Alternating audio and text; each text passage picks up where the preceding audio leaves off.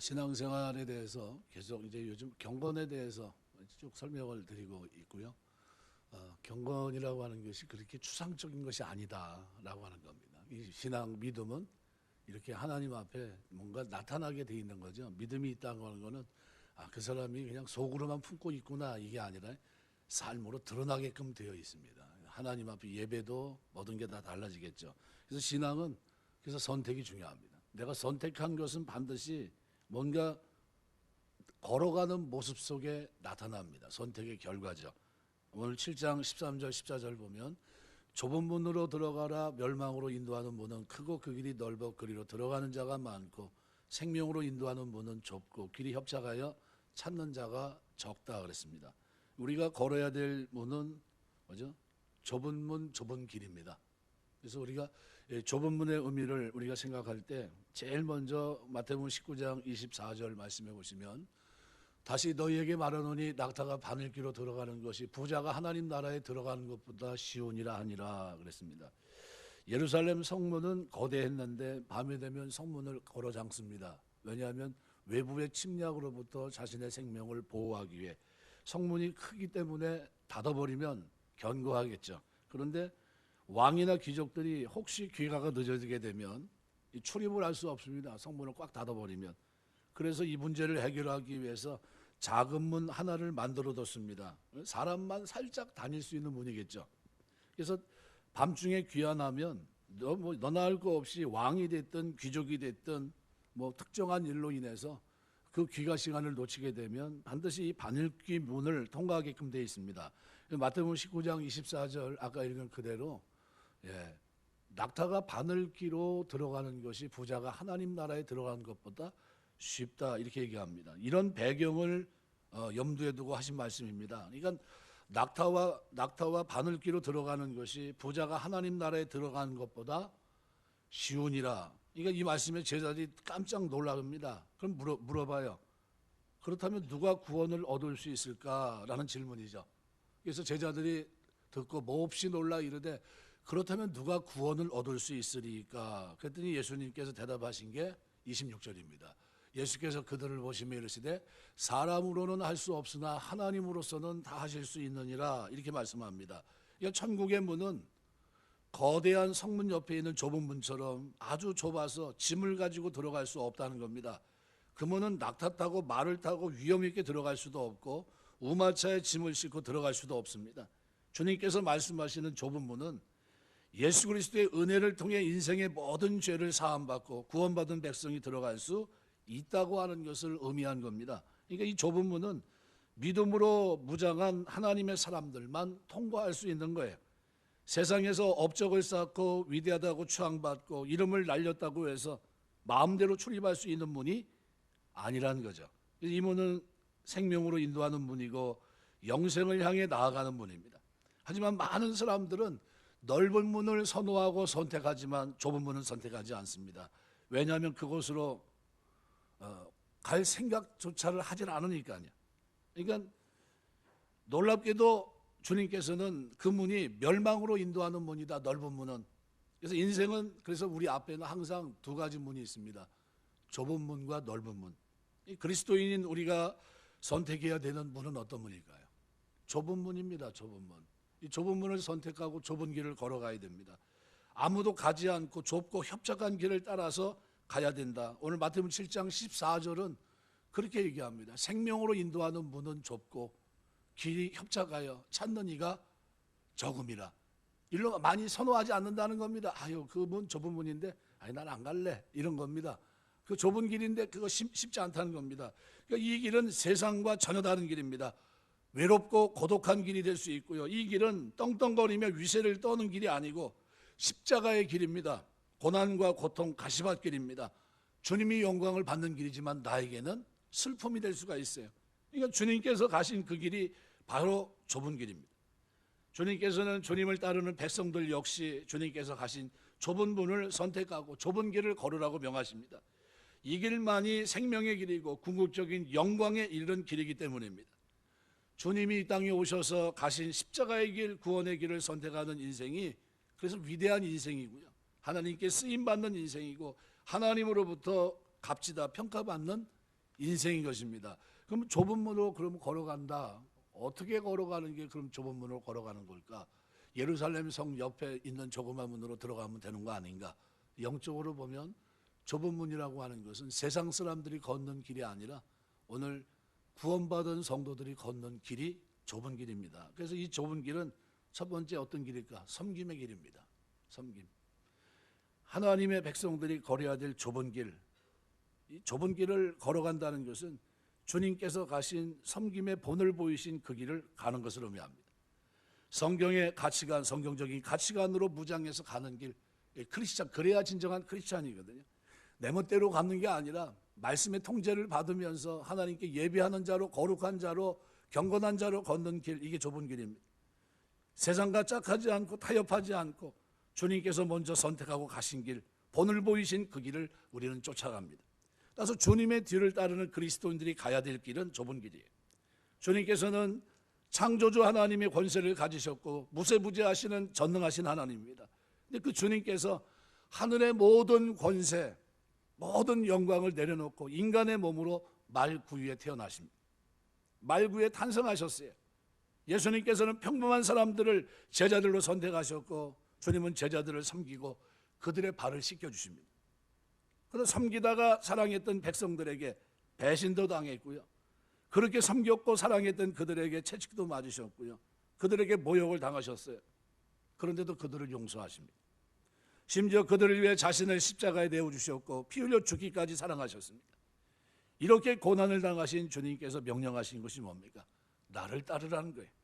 과연 예수님을 진실로 따르는 삶은 어떤 삶일까요? 좁은 문, 좁은 길을 선택하는 삶, 언제든지 섬김의 삶을 선택하는 것, 이것이 좁은 문이고 좁은 길인 것입니다. 마태복음 20장 28절 보면 이렇게 표현해요. 인자가 온 것은 섬김을 받으려 함이 아니라 도리어 섬기려 하고 자기 목숨을 많은 사람의 대성물로 주려 함이니라. 이건 좁은 길입니다. 이 땅의 유일한 산 길이고요. 우리를 살리기 위해 선택하신 길입니다. 아무도 생각하지 못했던 길이고요. 하나님의 지혜가 담겨 있었던 십자가의 죽음의 길입니다.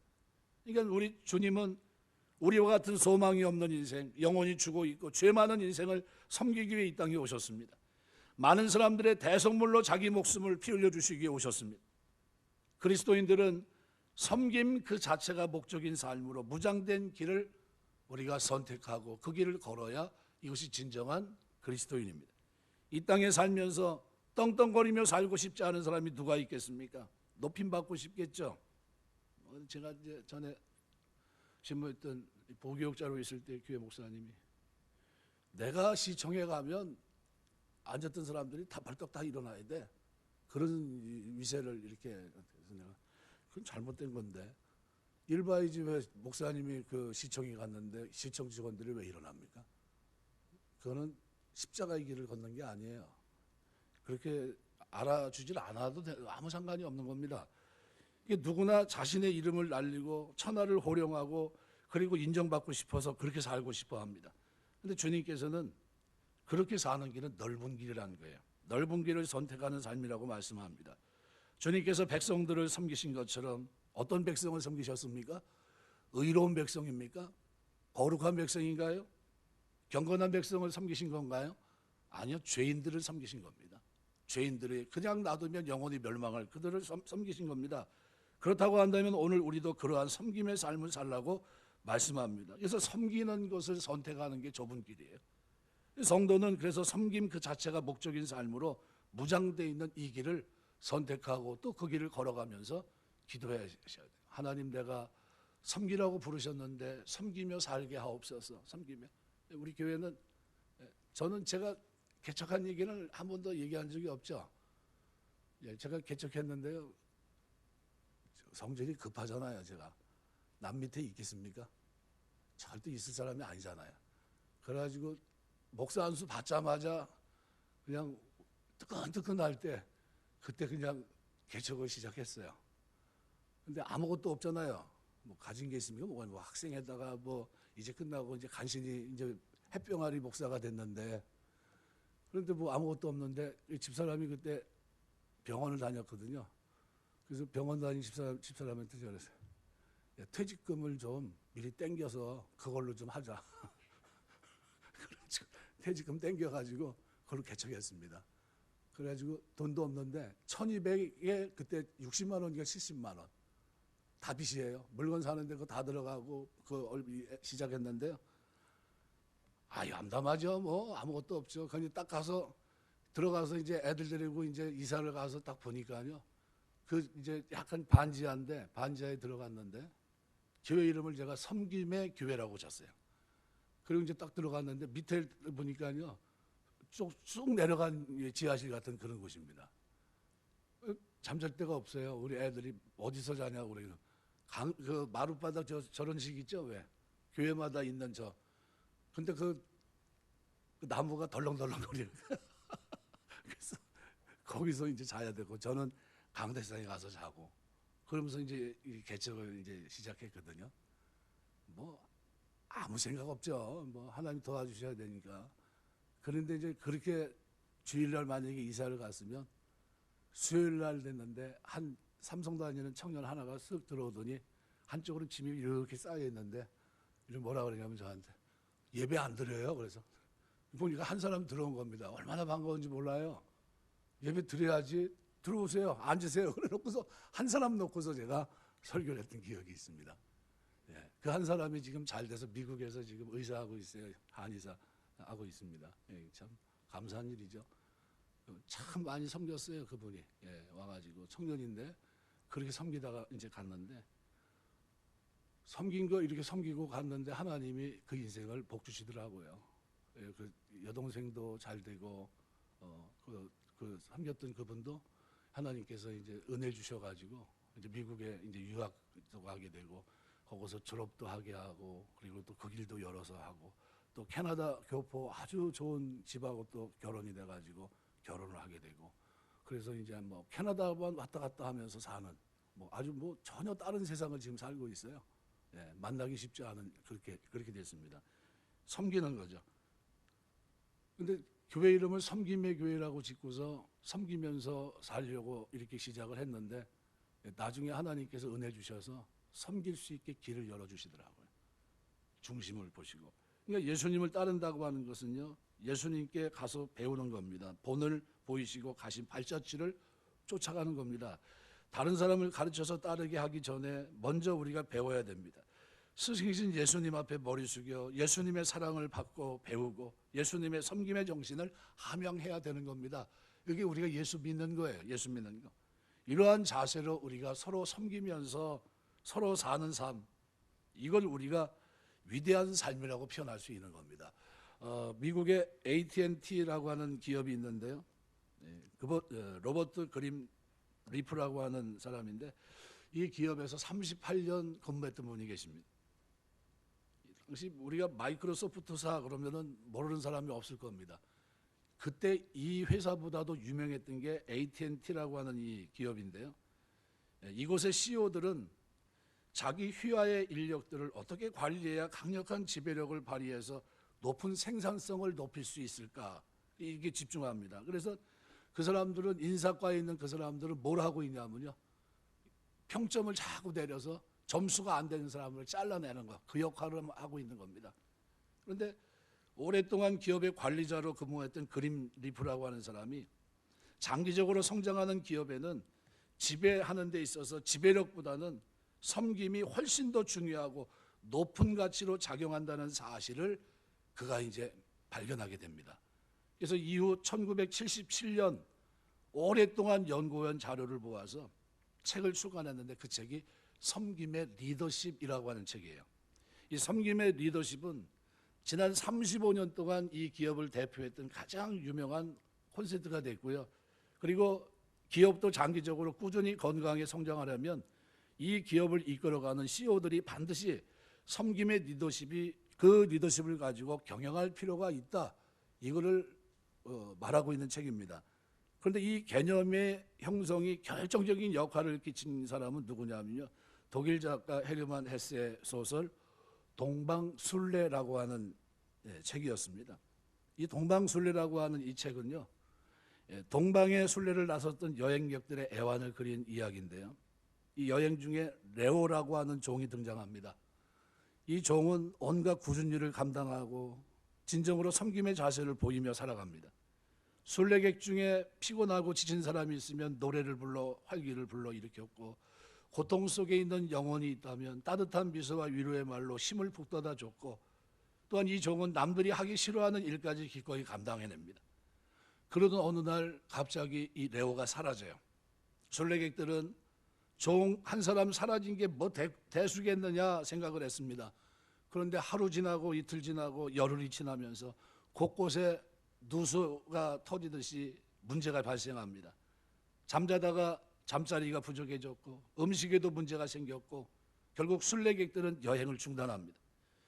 이러한 상황을 겪으면서 순례객들은 종이었던 레오가 끼쳤던 영향력을 생각하게 됩니다. 결국 이들은 며칠 동안 사라진 레오의 행방을 찾아요. 그리고 마침내 그를 발견합니다. 발견하고는 그들이 깜짝 놀래요. 이 레오라고 하는 인물은 바로 동방순례 이단을 파송했던 교단의 총재였기 때문입니다. 레오는 비록 종의 섬김의 삶을 살았지만 실제로는 최고의 지도자의 영향력을 가지고 있던 사람입니다. 이 동방순례라고 하는 이 책에서 우리에게 주는 교훈은 진정한 지도력이란 지위에서 나오는 것이 아니라 섬김에서 나오는 거다라는 것을 가르쳐 줍니다. 주님은 오늘 우리에게 예수님의 정신을 따라 섬김의 영향력을 발휘할 수 있는지를 물어보시는 거예요. 좁은 길은 섬김의 길입니다. 영광 박수갈채 받는 길이 아니에요. 남들이 뭐라고 해도 가는 길이에요. 기도하는 길이고요. 남들이 뭐라고 해도 전도하는 길입니다. 섬김은 길이에요. 그 영혼을 사랑하기 때문에 걸어가는 길이에요. 주님이 죄인들을 돌아보시면서 십자가 지신 그 길이고요. 이 길이 우리가 걸어가야 될 길이고요. 걸어내야 될 길이고요. 그 길에서 주님은 우리와 함께 하실 줄 믿습니다. 우리 신앙생활 하면서 여러분이 섬기는 것이 헛되지 않은 줄 믿습니다. 그래서 요한계시록 2장을 보세요. 2장, 3장 소아시아 7교회를 통해서 내가 너희가 성도를 섬긴 것을 알고 이렇게 돼 있어요. 하나님이 여러분이 교회를 섬기고 성도를 섬긴 걸 아실까요? 모르실까요? 은밀한 중에 여러분이 기도로 섬기고 헌신하고 하나님 아실까요? 모를까요? 다 아십니다. 다 갚아주시고요. 그 눈물을 다 닦아주실 겁니다. 이 땅에서 아니라 할지라도요. 사람들은 다 잊어버릴지 몰라도 하나님은 잊지 않으세요. 사람들은 그저 깜빡합니다. 저도 깜빡해요. 오늘도 우리 장로님이 뭐 이렇게 손짓했더니 난 못 봤거든요. 그 다음에 물어봤더니 뭐 때문에 장로님이 그러셨냐고 저 우리 김 장로님 물어봐야 겠더니 이영준 목사님 그만둔 거 그거 2부 때 얘기했는데 3부 때 얘기 안 했으니까 목사님 그 얘기 좀 하라고 그래서 저한테 이제 얘기를 한 거예요. 조용훈 목사님 왔고 이영준 목사님은 이제 주일학교 섬기고 했는데 이제 그만두셨습니다. 개인 신상 때문에 그렇게 된 겁니다. 이 얘기를 사실은 주보에다 실으려고 했는데 이번 주가 워낙 바쁘다 보니까 우리 교육자들이 깜빡했나 봐요. 주보를 보니까 없어.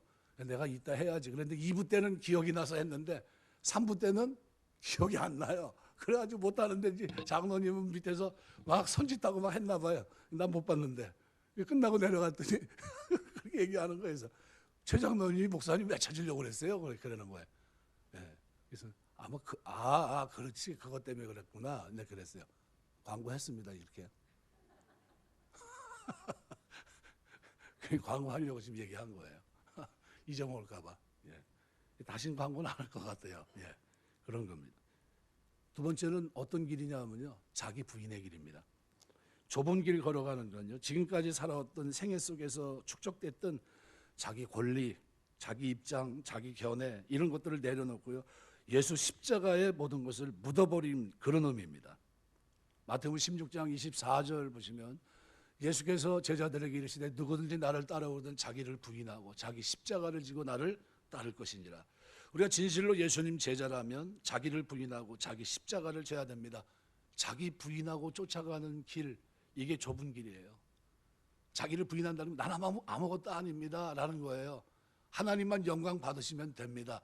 가끔 이런 분들을 제가 볼 때마다 존경스러워. 나는 목사니까 그렇게 할 수 있다고 하지만 평신도가 저런 태도를 취한다는 건 쉽지 않아요. 예, 한번 목사가 한번 돼봐야 돼요. 우리 여전사님도 그렇게 얘기하더라고요. 사람을 상대로 전화를 해보니까 그제서야 알겠더라고요. 그래서 다른 건 모르겠지만 앞에서 리더하는 사람들에게 가장 어떤 사람이 신앙이 좋은 것 같아요. 저는 간음이 순종이라고 봅니다. 순종. 예. 이 사람이 이 얘기하고 저 사람은 저 얘기하고 그러면 열 마디, 200명이면 200마디예요. 그런데 앞에 있는 사람이 리더하면 그걸 어떻게 다 맞춥니까? 그런데 부족을 기도하면서 선택을 해서 내 이 길로 가야 되겠다 그러면 쫓아와 주는 게 은혜예요. 그때 그렇게 쫓아오는 사람들을 보면 저분 믿음이 참 훌륭하다. 생각 없는 사람이 아닌데 누구보다도 고상하신 분인데 자기 생각을 내려놓고 그리고 무슨 기도하시면서 하면 되죠. 우리 장로님들이 그러세요. 우리 교회가 작지만 좋은 교회입니다. 그래서 전 부족하지만 목회를 할 수 있는 게 이게 은혜예요. 장로님들이 참 최선을 다해서 섬겨주세요. 제가 성질이 얼마나 급합니까? 이거 그냥 가만 놔두면 그냥 딴 데로 갈 텐데 그나마 그냥 그렇게 할 수 있는 게 순종해 주시고 협력해 주시니까 그나마 이 하나님 영광 되는 것 같아요. 여러분 자기를 부인한다는 게 제일 어려워요. 제일 섭섭할 때가 언제냐면요. 저도 이제 이렇게 쭉 이렇게 이제 노회에서 노회장도 하고 정경 노회장에서 총대도 막 8번 9번 가고 그러면 이제 좀 남들이 좀 알아주면 좋잖아요. 그 마음속이 들어올 때가 있어요. 그런데 남들이 알아주지 않을 때 뭔 중요한데 좀 나를 좀 불러주고 얘기하면 좋은데 그런 게 전혀 없을 때 겸손하게 그 앞에 가서 앉아 있을 수 있을까요? 그게 되게 어렵더라고요. 근데 그 마음이 어떤 마음이에요? 자기를 부인하는 거예요. 난 아무것도 아니지. 난 종인데 내가 언제부터 그랬지? 라는 거예요. 이런 마음을 낮추고 살아갈 수 있는 이 겸손, 이게 얼마나 좋은지 몰라요. 이것이 자기를 부인하는 겁니다. 난 아무것도 아닙니다. 주님 영광 받으시면 됩니다. 라는 거죠. 이거 우리 안에 우리가 부패한 본성을 십자가에 못 박는 겁니다. 인간적인 꿈, 야망, 욕심 등 남들이 나를 알아주지 않는 모든 것, 여기에 대한 불편함도 다 못 박아야 돼요. 내 고집, 자기 의지를 못 박는 거죠. 나를 부인하면 누가 나를 무시해도 누가 나를 인정해 주지 않아도 마음에 여동이 없어요. 평안합니다. 그러니까 행복해지고 싶으면 자기를 부인하고 십자가를 지고 가면 돼요. 자기를 부인하게 되시길 주의 이름으로 축원합니다. 내가 누군데 왜 나를 안 알아주지? 이렇게 되면 힘들어요. 나는 아무것도 아니었지. 은혜 받은 것만 해도 감사하지 뭐. 그러면서 걸어가야 돼요. 예수님을 따라가며 자기를 부인하고 자기 십자가를 지면 그 인생뿐만 아니라 함께하는 사람들의 인생도 행복해집니다. 자기를 부인한 것만이 살 길이에요. 그러므로 쓸데없는 자존심 모두 십자가에 못 박게 되시길 주의 이름으로 축원합니다. 자꾸 내려놔야 돼요. 그러면 우리 안에 누가 사십니까? 그리스도가 살아요. 복음은 내가 그랬죠. 복음의 한 권의 책으로 얘기한다면 우리가 속량 죄사함 받은 거는 반쪽이에요. 반쪽은 뭡니까? 그분의 통치 속에 하나님의 자녀로 이 땅을 살아내는 순례자가 이게 또 반쪽이에요.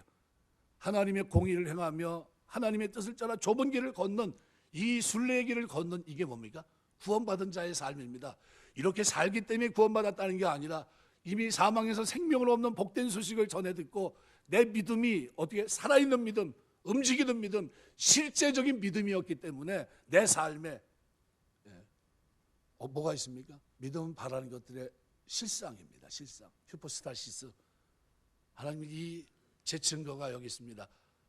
이걸 보시고 저를 판단해 주시죠. 라는 증거물이 있는 거예요. 그게 우리의 삶입니다. 그러니까 나를 부인하고 살아가는 이 삶은 뭘까요? 주님이 영광을 받는 길을 선택했던 겁니다. 좁은 길.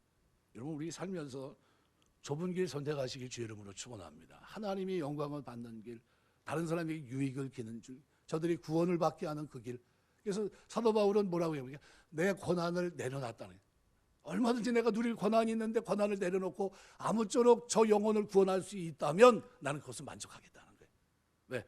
내가 누릴 수 있는 권한, 로마인이고 로마 시민권을 갖고 있고 누구보다도 학자이고 누구보다도 위대한 길을 걸어왔고 일생을 살면서 부족함이 없이 살아왔던 그 삶이지만 자신은 자기의 권한을 자기를 부인하는 삶으로 십자가를 지고 가는 동안에 이방인에게 복음을 전하는 중에 그들이 구원받을 수 있다면 저들이 나를 알아주지 않고 나를 모욕을 줘도 나는 종이라는 거예요.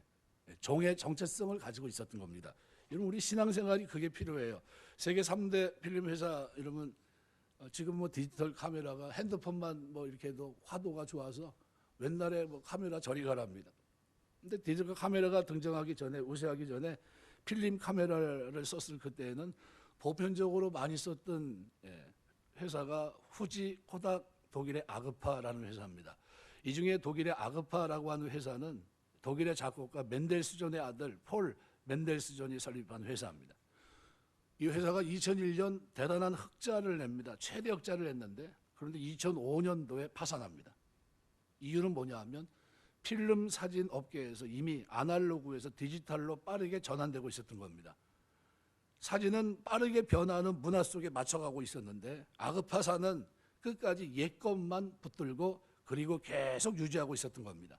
결국 아그파사는 필름 업계에서 가장 우량 기업이었는데, 그런데 불과 5년 만에 상장 폐지합니다. 그러니까 이러한 사례는 성경적으로만을 표현한다면 잘못된 자아, 잘못된 고집, 자만심 이런 것들을 십자가에 못 박지 않은 것에 비유할 수 있다고 생각이 됩니다. 못 박지 않으면 망하고 못 박으면 사는 겁니다. 자기를 부인하면 사는 것이고 자기를 부인하지 않으면 망하는 거예요. 우리 신앙생활하면서 좁은 길을 걷게 되시길 주의 이름으로 축원합니다. 남들이 나를 알아주지 않아도 돼요. 누가 알아주면 됩니까?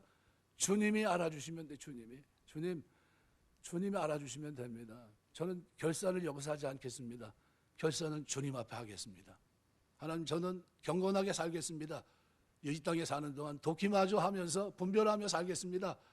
이게 진짜 하나님 원하는 삶을 내가 살아내고 결과는 주님이 판단하십시오. 그리고 그 앞에 살아가는 겁니다. 이게 올바른 삶이에요. 세 번째로 좁은 길은 권리를 포기하는 길입니다. 좁은 길을 걸어간다는 것은 예수님을 위해 자기의 권리를 포기하는 것을 의미합니다. 세상에 대한 미련, 부와 성공에 대한 미련을 끊어내는 거죠. 세상의 모든 것에 대한 미련을 온전히 버리는 겁니다. 우리는 지금 세상에 온통 우상에 둘러싸인 채 혼란한 시대를 살고 있습니다. 이제 모든 것을 하나님의 영광을 위해 내려놓고 좁은 길로 가고자 하는 결심을 해야 될 때입니다. 안 믿는 가족을 위해 기도한다면 어떻게 기도하십니까? 이렇게 기도하셔야 돼요. 하나님, 가족 관계에서 제가 더 손해보고 제가 제 권리를 포기하면서 그들을 그리스도께 인도할 수 있도록 도와주옵소서. 우리 조철호 집사님이 안 나오셨죠?